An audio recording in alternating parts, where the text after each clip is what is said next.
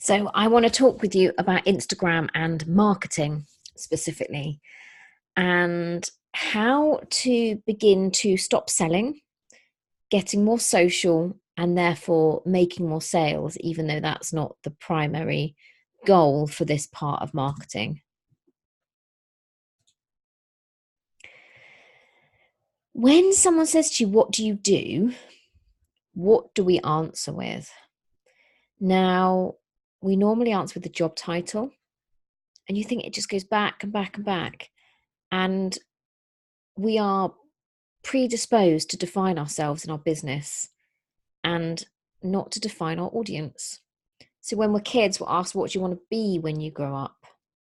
So, I want to be a fire person. I want to, what would be, I. These are the things that we sort of grow up with. Even with when people get married and they do their certificates, part of what goes on your form is your occupation. Again, it's what you do and what you do. But that doesn't, in terms of marketing, the people who follow us are not there for us. They're there for themselves. They see something in your business which is going to help them, and it's about them and not about us. So what we need to do is we need to have a slight mind shift and try and be more about our audience and not about us. Now, the tricky thing is we know that having our story out there and it's us that makes us different, that is the connection. So that is what's going to help build your bridge, but it must always come back to your audience. So there's two shifts we're going to talk about. The first one is your actual content, the tone and the focus of it. And this would be things like sharing your story, but linking it to your audience at the end. It would be things like when you're talking about what let's say you've made things. So you're an e-commerce business. Let's say you've made something. Instead of talking about what you've made, talk about why you've made it. Who have you made it for? What purpose does it serve? Rather than necessarily your process. Now with Instagram stories, behind the scenes stuff is great, and your process of making stuff is perfect because people like seeing the process. But where possible, you can tie that into what it's going to be like when they get it in their home, when they get their hands on your product. So is it going to be sharing the packaging, why you've chosen the packaging you have, what it means to the audience member? So let's say you are really plastic conscious and all your greetings cards are now going in wax wrap instead, so there's no plastic in the packaging. Well, that might be your decision to, help towards the environment, but you need to frame it that helps them. It's helping them become more eco-friendly. It's helping them do their bit with their spending and with their buying choices. So you need to shift a little bit from ourselves to our audience. And the other shift we need to make is in terms of engagement, our inward and our outward engagement. Now, I'm just going to define inward and outward. Inward engagement would be things like people have responded to stickers on your stories. So that would be inward, you're responding to them. If people have written a comment on one of your grid posts on Instagram, that would be inward. And when I say outward, that would mean going into other people's stories and replying and engaging, going on to other people's feed. So the outbound stuff is when you go out and find people to network. The inbound stuff is when people have found you and are commenting on your things. So talking about the content, it's about your audience and it's not about you. The things you want to address are things like limiting beliefs, objections, and mindset. Now, money is going to be a big one for a lot of smaller business owners. You're not just saying, this is what I make, this is how much it is, it's really good, I want you to have it. But try and work on content which shares why it's worth the money it is. Is that showing the amount of time that's put in? Is it comparing it to other things? Can you equate it to anything? There was a really popular social post that went round about, we are really quick to support celebrities. If Kylie Jenner releases a lipstick, it makes millions. And, it's, I don't know how much they cost, but, it's not going to be a £2 lipstick. You're not going to get it like for a couple of dollars.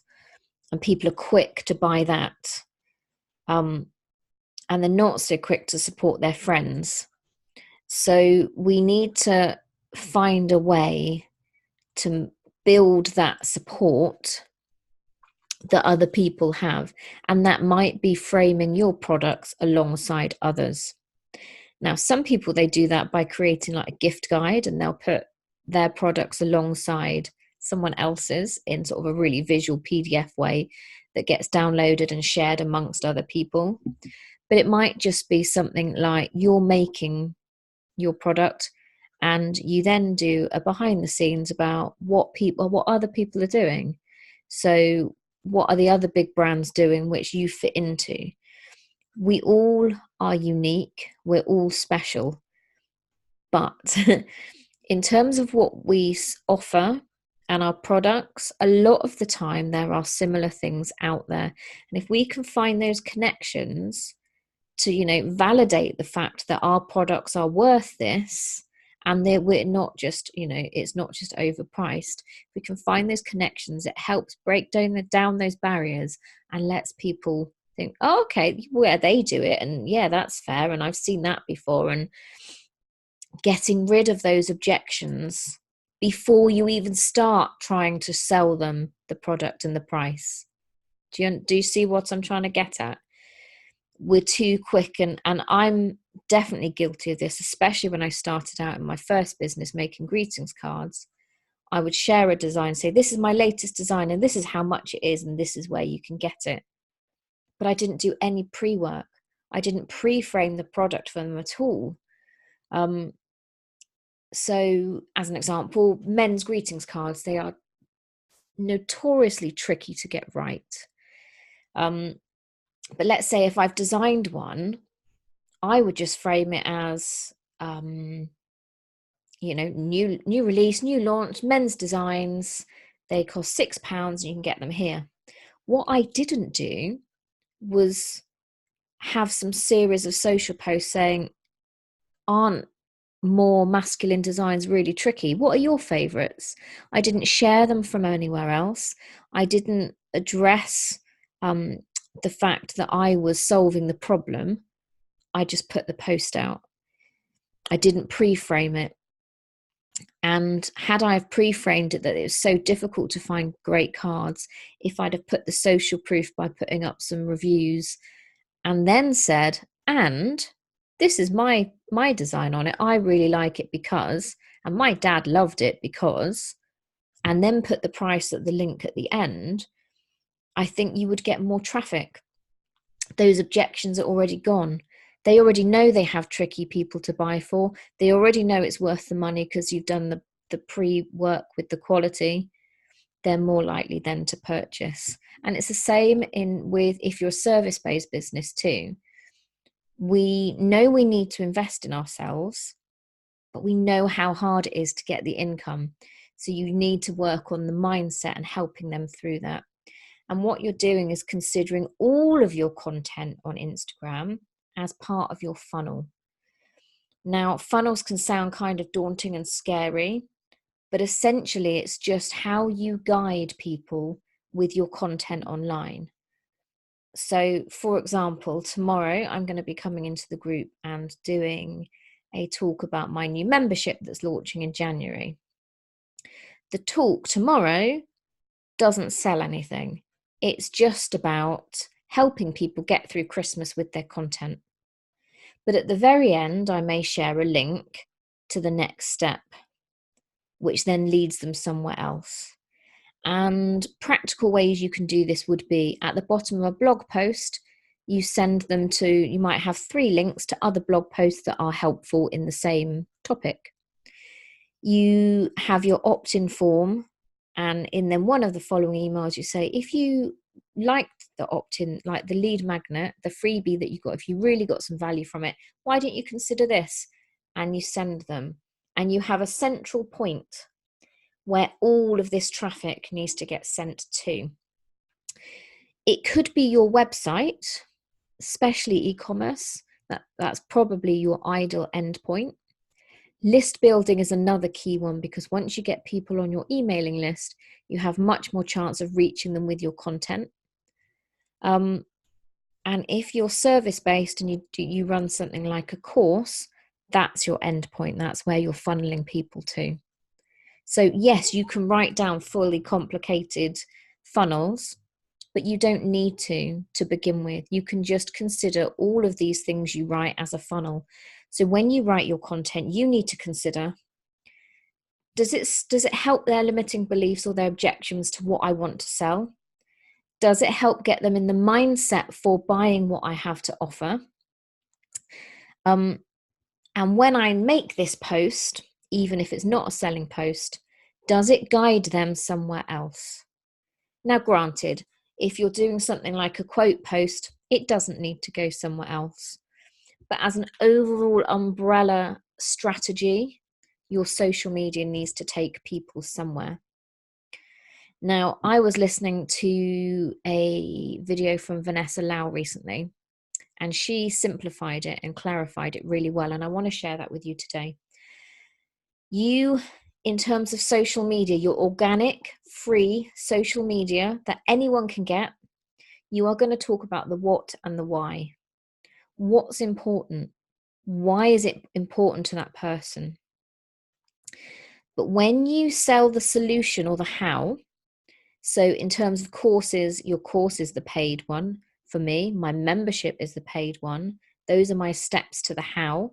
If it's a product, that's the, how they use it, how they physically get it. That is the paid part, and that's the end point. So the what and the why is the free organic social media that you can just give away, because it's guiding people to this end point, which is your product or your course or your service, which is your paid point. So if you imagine like a big circle, in the very middle of the bullseye is your paid offer or your product. All the way around is all your other social media, anything that you give for free, whether that's freebies, whether that's, how posts on, how to do things, everything goes to here. And what Vanessa suggests is the how.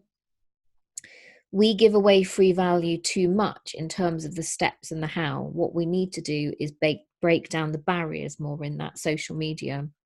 And I think that it was a bit of a light bulb for me recently, and I think it's really important to remember that.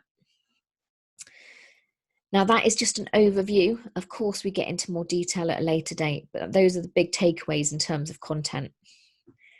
I want to now go on to engagement, because especially on Instagram, things have shifted recently. I don't know if you've noticed, there was a huge algorithm change months and months ago, but they still keep tweaking it and pushing and prodding because engagement where it's at. So I just want to run through the types of engagement. You can engage on your feed and your stories. So this is the inbound stuff that we talked about. And also on your followers' feed and stories and DMs.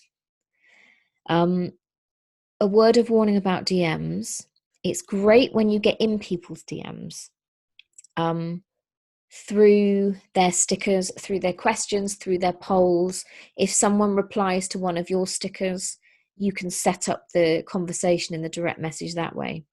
However, if you're direct messaging lots of people and not actually hearing back from those accounts, Instagram will think, I wonder if they're a bit spammy. We'll kind of push their engagement, their engagement marks down a little bit.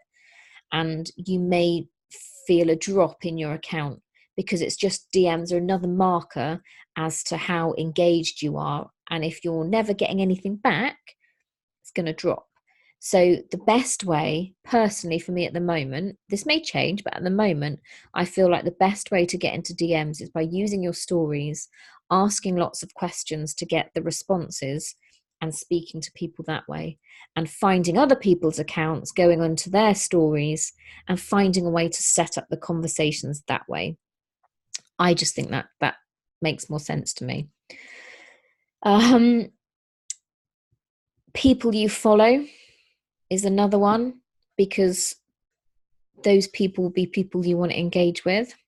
So those are the three places: on your actual feed, on your followers, and the people you follow.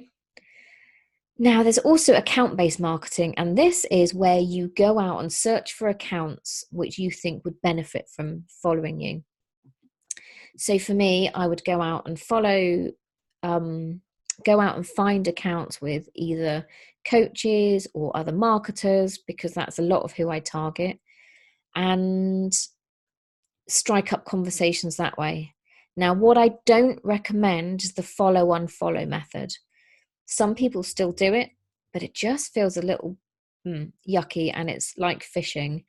And personally, I will only unfollow an account if they unfollow me. If they're not interested in a genuine relationship, that's cool, that's not a problem. But I don't want to follow someone, if in terms of business, who isn't reciprocal, who doesn't reciprocate, and who doesn't have an interest in building a relationship with me. That's when I will unfollow. Equally, if you followed someone for 6 months and you just think, they still follow me, but they're not my ideal customer or client, it's just, no, they're not for me, then yeah, by all means unfollow. What I'm talking about is when you get someone follow you and then 2 days later they unfollow. That's what I wouldn't recommend. Instagram monitors how many people you follow and how many people you unfollow. So if you're mass following and unfollowing as well, it's not going to do the algorithm's not going to see that as a positive. It's not going to boost your engagement numbers. The other place is the explore page. Now you need to teach the algorithm what you're looking for. So when you go on your explore page, it reflects how you're using Instagram. So for example, if you have, let's say, I'm going to use me as an example. I have my business account and it's for coaches and small businesses and it's about content. But if I only ever search for puppy videos and little kittens and I keep scrolling through those, my explore page is going to reflect kittens and puppies because that's what it thinks I'm interested in. But that doesn't help you find things on the explore page, because it's not what you were using your account for. So just be aware that how you search and what you look for is reflected in your explore page. Once you get there and you've sort of taught it what you're looking for, it will then bring up accounts which actually might be really useful for connections and making those relationships. So you need to teach your explore page how it works. Lastly, hashtags. Now, this was a huge way of building engagement a few years back. The Gary Vee method, called $1.80 method, and he would recommend going on searching for a hashtag, finding the top 9, leaving your 2 cents on them, and every day you're leaving your 2 cents, adding up to $1.80, and you'd get known that way. Now, I'm not saying that doesn't still work. I'm definitely not saying that. But personally, I think things have shifted enough that actually networking in DMs and stories and account-based marketing is more lucrative in terms of building relationships that are genuine and therefore growing your account. It goes without saying, growing on Instagram is just harder than it was. The older the platform gets and the less new and shiny it gets, the more users it gets, it's strange. It just slows down the amount you can get. And for me, I like organic and I like doing things respectfully, and I don't use bots and I don't use the unfollow follow method, which means I grow accounts for me and my clients slowly. But when I make connections with people and those relationships, they are really, really good. They're proper friendships, if you like. So I think that's more valuable. It is a slow burn, and you just need to be aware of that when you're thinking about your numbers and you're growing and working on your engagement on Instagram. Numbers don't matter like they used to. Back in the day, if you had an account with like 10,000, 20,000 followers, there was a lot of kudos attached to that. But now things have shifted, and that they can be see people bought followers and things, and that's now been all stamped out. The bots are being stamped out, and it's much more authentic, really. That said, I do realize that those what are called vanity metrics, they can be important. If you're an influencer, for example, or you are a social media manager and you need to have some social proof that you can do what you're selling, I completely understand that those numbers are important. But I also think it's important to educate people why a smaller following can also be of benefit, because those connections just run so much deeper. So I've just hit 2,000 in my account now, which is pretty small compared to some other marketers. But I know those people so much more than if I had, a following of 20,000. Now, one day I will get to 20,000, and I know it's going to be harder to maintain those friendships. And I'm just going to have to cross that bridge when I get to it. But don't underestimate a smaller following. It's absolutely great, and it can be really beneficial. So those are the things that I wanted to share with you today about thinking differently about your engagement and where you can actually engage with benefit for your account, but also in terms of the content and building a bridge between the priced offer that you sell and the free content that you're putting out there. So if you have any questions, drop them in the comments below. I'm going to be around and I can answer any questions you've got. And don't forget, tomorrow evening at about 8 o'clock, I'm going to be running you through a seasonal campaign for Christmas and getting you through all the way into January with your content. It would be really good if you could join in. Again, it's going up at 8 o'clock, so if you can't make it in live, that's fine. It's going to be in there, and just comment away and I'll be around to help you all out. So yes, any questions, let me know.